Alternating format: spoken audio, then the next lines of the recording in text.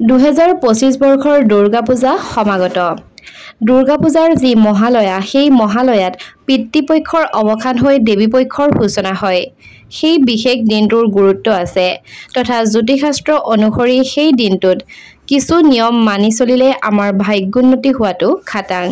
কিছু বিশেষ উপায় অৱলম্বন কৰিলে আমি আমাৰ জীৱনটো সুখময় কৰি তুলিব পাৰোঁ তথা সেই মহালয়ানো কেতিয়া নাইবা 2025 বৰ্ষৰ দুৰ্গা পূজা কেতিয়াৰ পৰা আৰম্ভ হ'ব নাইবা দুৰ্গা পূজাৰ দেৱী পক্ষৰ সময়ত আপুনি কি কাম কৰিব লাগিব নাইবা কেনেধৰণৰ উপায় অৱলম্বন কৰিব লাগিব, এই সকলোখিনি কথা আজিৰ এই ভিডিঅ'টিৰ জৰিয়তে আপোনালোকৰ লগত আলোচনা কৰিবলৈ চেষ্টা কৰিম।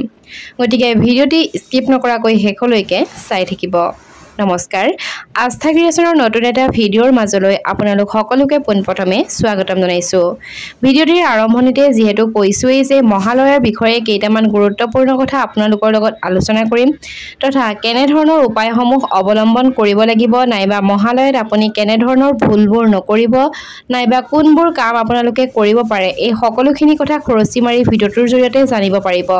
গতিকে যদিহে এতিয়া আমাৰ চেনেলটি ছাবস্ক্ৰাইব কৰি ৰখা নাই তেনেহ'লে নিশ্চয়কৈ চেনেলটি ছাবস্ক্ৰাইব কৰিব আৰু আপুনি মোৰ ভিডিঅ'সমূহ নাইবা আমাৰ এই চেনেলটিৰ ভিডিঅ'সমূহ কোন ঠাইৰ পৰা চাই আছে সুন্দৰ এটি কমেণ্টৰ জৰিয়তে জনাবলৈ নাপাহৰিব। তেনেহ'লে বলক অকণমান সময় পলম নকৰি মূল কথালৈ আগবাঢ়ো। মহালয়াৰ দিনা আপুনি কেনেধৰণৰ উপায় অৱলম্বন কৰিব লাগিব যদিহে জানিব বিচাৰে তেনেহ'লে প্ৰথমতেই আপোনালোকক জনাব বিচাৰিছোঁ যে মহালয়াৰ দিনা যদিহে সম্ভৱ তেনেহ'লে আপোনালোকে ঘৰত 5জন কিংবা 7জন পুৰোহিতক সেৱা কৰক। ইয়াৰ উপৰি ঘৰত আপোনালোকে শিশুসকলক খুৱাবও পাৰে, সেয়াও অত্যন্ত শুভ বুলি জনা যায়। এই দিনটোত তথা মহালয়াৰ এই বিশেষ দিনটোত আপোনালোকে পশু পক্ষীক খাদ্য খোৱাটো খুবেই শুভ বুলি মনা যায়। মহালয়াৰ দিনটোত পূৰ্বপুৰুষক উদ্দেশ্যি এটা তামৰ ঘটিত কেঁচা গাখীৰ, ক'লা তিল, বগা ফুল আৰু গংগাজল মিহলাই ঘৰৰ কোনো এটা স্থানত থৈ দিয়ক নাইবা সেই বস্তুখিনি ঢালি দিয়ক। এই কাম আপুনি পুখুৰীতো কৰিব পাৰে। মহালয়াৰ দিনা কোনো অসহায় মানুহক তেওঁলোকৰ উপকাৰত অহাকৈ আপোনালোকে যিকোনো সামগ্ৰী দান কৰিব পাৰে। মহালয়াৰ দিনা ঘৰত অৱশ্যেই নিৰামিষ খাদ্য গ্ৰহণ কৰা উচিত তথা যিকোনো পূজা পাতল নাইবা যিকোনো অনুষ্ঠান হোৱাৰ আগতেই তথা ধাৰ্মিক অনুষ্ঠান হোৱাৰ আগতেই আমি ঘৰত যিহেতু আমিষ খাদ্য খাবই নালাগে, গতিকে মহালয়াৰ এই দিনটোতো আপোনালোকে নিৰামিষ খাদ্য গ্ৰহণ কৰিবলৈ চেষ্টা কৰিব। মহালয়াৰ দিনটোত আপোনালোকে ভুলতো চুলি দাড়ি নাইবা নখ নাকাটিব। এই দিনটোত আপোনালোকে কাকো ধন ধাৰলৈ নিদিব, কিন্তু নিশ্চয়কৈ কিবা বস্তু আপুনি নিজেই কিনি আনি আনক দান কৰিব পাৰে। এই দিনটোত ঘৰত কোনো মাংগলিক কাম আপোনালোকে নকৰিব। যদিহে নতুন কিছু ক্ৰয় কৰাৰ প্ৰয়োজন থাকে তেনেহ'লে ঘৰ বাহন এই সময়ত আপোনালোকে ক্ৰয় নকৰিব। ঘৰত কোনো ভিক্ষাৰী যদিহে এই দিনটোত আহে তেনেহ'লে তেওঁ কোনো কাৰণতেই খালী হাতেৰে উভতাই নপঠাব নাইবা তেওঁক গালি শপনি পাৰি ঘৰৰ পৰা খেদি নিদিব। আপোনালোকে নিশ্চয়কৈ তেওঁৰ ব্যৱহাৰ কৰিব পৰাকৈ নাইবা তেওঁৰ উপকাৰ হোৱাকৈ কিছু বস্তু নিশ্চয়কৈ দান কৰি দিব। জনবিশ্বাস অনুসৰি মহালয়াৰ দিনা ৰাতিপুৱা ধৰাৰ বুকুলৈ নামি আহে মা দুৰ্গা। বিশ্বাস কৰা হয় যে মহালয়াৰ দিনা ৰাতিপুৱা প্ৰাতঃ ভ্ৰমণ কৰিলে লাভ কৰা যায় মা দুৰ্গাৰ বিশেষ আশীৰ্বাদ। মাৰ আশীৰ্বাদ পাবৰ কাৰণে বহুলোকে ৰাতিতে উঠি প্ৰাতঃভ্ৰমণ কৰিবলৈ যায় তথা মহালয়াৰ দিনা যদিহে আপোনালোকে প্ৰাতঃভ্ৰমণ কৰিবলৈ যায় তেনেহ'লে বিশেষ লাভ হয় বুলি বিশ্বাস কৰা হয়। আজি আমি আপোনালোকক এনে এটা কামৰ বিষয়ে জনাম যিটো কাম যদিহে আপুনি মহালয়াৰ দিনা পুৱাই কৰিব পাৰে তেনেহ'লে বিশেষ উপকাৰ আপোনালোকে লাভ কৰিব। কামটো কৰিলে আপোনাৰো দুখ কষ্ট নিশ্চয়কৈ নাইকিয়া হৈ যাব। আপোনাৰ ঘৰখনলৈ শান্তি আহিব তথা আপোনাৰ ঘৰলৈ মা লক্ষ্মীৰ আগমন ঘটিব তথা মা দুৰ্গায়ো খুব বেছি আপোনালোকক আশীৰ্বাদ দিব। অৰ্থাৎ এই কাম কৰাৰ ফলস্বৰূপে আপোনাৰ সৌভাগ্য উদয় হ'ব। তেনেহ'লে বলকচোন জানি লওঁ সেই কামসমূহনো কি কি। এই কাম কৰিবলৈ আপোনাক প্ৰয়োজন হ'ব তুলসী গছৰ নাইবা তুলসী পাতৰ। হিন্দু ধৰ্মত তুলসী গছৰ বিশেষ মাহাত্ম্য আছে। এই গছক অতি পবিত্ৰ গছ বুলিও গণ্য কৰা হয়। এই গছজোপা অতি পবিত্ৰ বুলি যিহেতু গণ্য কৰা হয় গতিকে মহালয়াৰ দিনা পুৱাই আপোনালোকে সোনকালে উঠিব আৰু তাৰ পাছতেই স্নান কৰি বগা বস্ত্ৰ পৰিধান কৰিব বগা বস্ত্ৰ পৰিধান কৰি তুলসীৰ তলত আপোনালোকে পানী ঢালিব আৰু এই এটা মন্ত্ৰ 3বাৰ পাঠ কৰিবলৈ চেষ্টা কৰিব সেই মন্ত্ৰটি হৈছে ওম সভ্ৰদায়ে নমঃ ওম সুভদ্ৰায়ে নমঃ ওম সুভদ্ৰায়ে নমঃ তথা ওম সুভদ্ৰায়ে নমঃ এই মন্ত্ৰভাগ যদিহে আপোনালোকে 3বাৰ পাঠ কৰে ইয়াৰ পাছতে তুলসীৰ দুটা পাত ছিঙি আনি ভগৱান বিষ্ণুৰ ওচৰত ৰাখি থব সন্ধিয়াৰ সময়ত গোসাঁই ঘৰত আৰু তুলসীৰ তলত আপোনালোকে এগছি চাকি জ্বলাই দিবলৈ নাপাহৰিব ইয়াৰ পাছতে পূজা প্ৰাৰ্থনা কৰাৰ পাছত তুলসীৰ তলত এই মন্ত্ৰটি পুনৰ 11 বাৰ জপ কৰিবলৈ চেষ্টা কৰিব সেই মন্ত্ৰফাকি হৈছে ওম নমঃ ভগৱতে বাসুদেৱায় ইয়াৰ পাছতে ভগৱান বিষ্ণুৰ ওচৰলৈ গৈ পুনৰ তুলসী পাত দুটা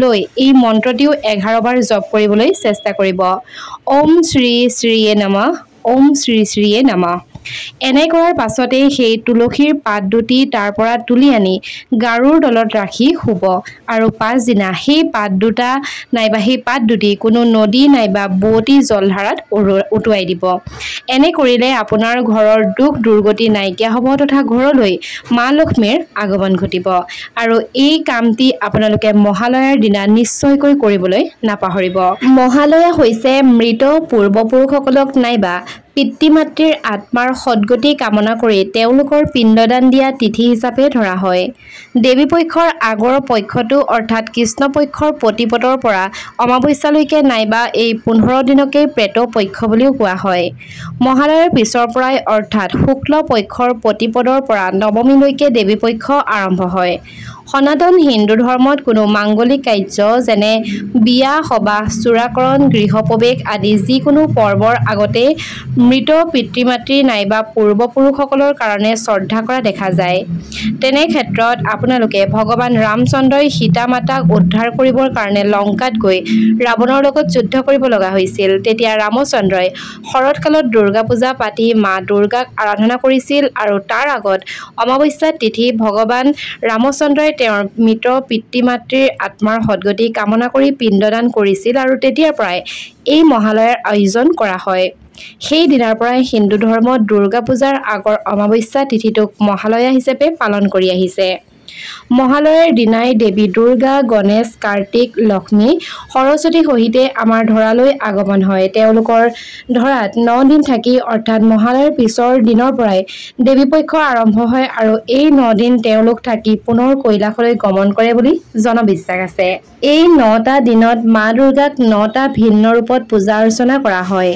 অমাৱস্যাৰ পিছৰ দিনৰ পৰাই দশমীলৈকে দুৰ্গা দেৱীক পূজা অৰ্চনাও কৰা হয় দুৰ্গা পূজাৰ সময়ৰ এই 9 দিনৰ পৰা নিয়ম মাফিক ব্ৰত ৰাখিলে ভাল ফল হয় বুলি কোৱা হয় তথা কাম ক্ৰোধ লোভ মোহ আদি পৰিহাৰ কৰি ব্ৰত যদিহে মানিব পাৰে তেনেহলে আপোনাৰ ব্ৰত নিশ্চয়কৈ সফল হ'ব ব্ৰতৰ সময়ত আনক হিংসা নাইবা বেয়া চকুৰে নাচালে বেলেগে দুখ পোৱা কাম নকৰি মা দুৰ্গাক নাইবা যি ভগৱানকে আপোনালোকে প্ৰাৰ্থনা কৰে সেই ভগৱানক যদিহে আপোনালোকে সন্তুষ্ট কৰিব পাৰে তেতিয়াহে ভাল ফল লাভ কৰিব পৰা যায় বুলি বিশ্বাস কৰা হয় মহালয়াৰ দিনটোত পূৰ্বজৰ আত্মাৰ সদ্গতিৰ কাৰণে এটা ৰূপৰ নাইবা তামৰ পাত্ৰত তিল পানী গাখীৰ চাউল জহ কুশবন আপুনি আহত গছৰ তলত এইখিনি দিব পাৰে আহত গছৰ তলত এগছি চাকিও আপোনালোকে জ্বলাব পাৰে আহত গছৰ দক্ষিণ দিশত নাইবা আপোনাৰ ঘৰৰ দক্ষিণ দিশত সন্ধিয়াৰ সময়ত যমৰজাৰ কাৰণে এগছি ঘিউৰ চাকি আপোনালোকে জ্বলাব পাৰে এই দিনটোত ঘৰৰ ভিতৰত 14 গছি তেলৰ চাকি তথা এগছি ঘিউৰ চাকি জ্বলাব লাগে বন্ধু বান্ধৱীসকল এতিয়া আপোনালোকক জনাব বিচাৰিছো যে মহালয়াৰ দিনটোত আপুনি কোনবোৰ ভুল নকৰিব নাইবা কেনেবোৰ কাম কৰিব নালাগে যদিহে ইমানখিনিলৈকে ভিডিঅ'টি চাই আছে আৰু এতিয়াও ভিডিঅ'টিত লাইক কৰা নাই তেনেহলে নিশ্চয়কৈ আজিৰ এই ভিডিঅ'টোত এটা লাইক কৰাৰ লগতে আপোনাৰ বন্ধুবৰ্গৰ লগত নিশ্চয়কৈ আজিৰ এই ভিডিঅ'টো শ্বেয়াৰ কৰি দিব পুৱাৰ ভাগত দেৱীৰ মাহাত্ম্য সূত্ৰ সকলোৱে শুনিব লাগে। মহালয়াৰ দিনটোত পুৱাৰ ভাগত নদীৰ পাৰলৈ গৈ দেৱীক স্মৰণ কৰিব পাৰে। এই দিনটোত পূৰ্বপুৰুষৰ আত্মাৰ শান্তিৰ অৰ্থে আপোনালোকে তৰ্পণ কৰিব লাগে। ঘৰৰ কোনো প্ৰয়াত হৈছে যদিহে তেওঁলোকৰ ফটোত নতুন মালা লগোৱাৰো আপোনালোকে প্ৰচেষ্টা কৰিব পাৰে নাইবা এগছি বন্তি জ্বলাব পাৰে। এই দিনটোত যিসকলে মহালয়াত তৰ্পণ কৰিব নোৱাৰে তেওঁলোকে পিতৃপক্ষৰ উদ্দেশ্যে মাল্যদান নাইবা পূৰ্বপুৰুষৰ প্ৰিয় খাদ্য আপোনালোকে আগবঢ়াব পাৰে। দৰিদ্ৰ লোক আৰু পশু পক্ষীক খাদ্য দিব তথা ঘৰৰ গীতাপাঠ বিষ্ণুপাঠ কৰিব লাগে। এই দিনটোত ঘৰৰ দক্ষিণ দিশত গোটেই নিশা আপোনালোকে এগছি বন্তি জ্বলাই ৰাখক। মহালয়াৰ দিনটোত আহঁত গছৰ তলত তিল আৰু বগা ফুল আদি দি তৰ্পণ কৰিলে ঘৰত শ্ৰীবৃদ্ধি ঘটে বুলিও বিশ্বাস কৰা হয়। এই দিনটোত নকৰিবলগীয়া কামৰ ভিতৰত তথা কোনো ধৰণৰ শুভ কাম আপোনালোকে এই দিনটোত নকৰিব। এই দিনটোত গৃহ প্ৰৱেশ, সম্পত্তি ক্ৰয় নাইবা নতুন ব্যৱসায় আৰম্ভ নকৰিব। মহালয়াৰ দিনটোত আমিষ খাদ্য গ্ৰহণ নকৰিব। ধূমপান মদ্যপান কৰাৰ পৰা বিৰত থাকিব। 2025 বৰ্ষৰ পূজাৰ সময় যদিহে ক'ব বিচাৰোঁ তেনেহ'লে 22 ছেপ্টেম্বৰৰ পৰা আৰম্ভ হৈ 1 অক্টোবৰত শেষ হ'ব। 2 অক্টোবৰত দেৱীৰ বিসৰ্জন। তেনেক্ষেত্ৰত অসমত দুৰ্গা পূজা 28 ছেপ্টেম্বৰৰ পৰা পালন কৰা হ'ব।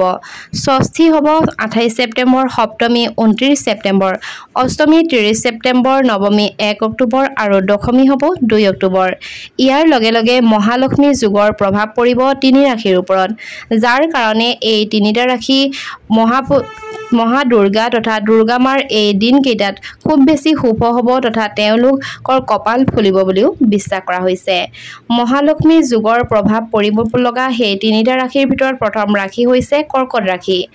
এই ৰাশিৰ লোকৰ বাবে মহালক্ষ্মী যোগ শুভ হ'ব।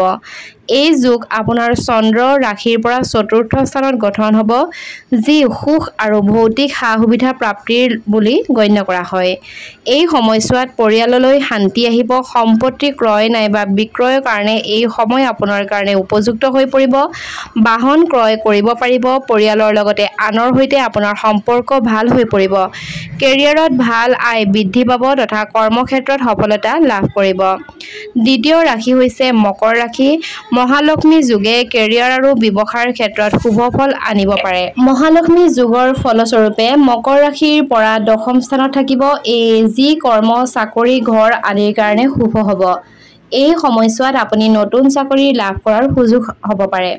চাকৰি কৰা সকলে পদোন্নতি লাভ কৰিব পাৰে। ব্যৱসায়ীসকলৰ বাবেও ভাল তথা সমাজত সন্মান বৃদ্ধি পাব পাৰে তথা আপোনাৰ নিজৰ আত্মবিশ্বাস দুগুণ বাঢ়িব। ইয়াৰ পাছৰ ৰাশি হৈছে কুম্ভ ৰাশি। আপোনাৰ এই যোগ ভাগ্য আৰু ধৰ্মৰ ঘৰত গঠন হ'ব।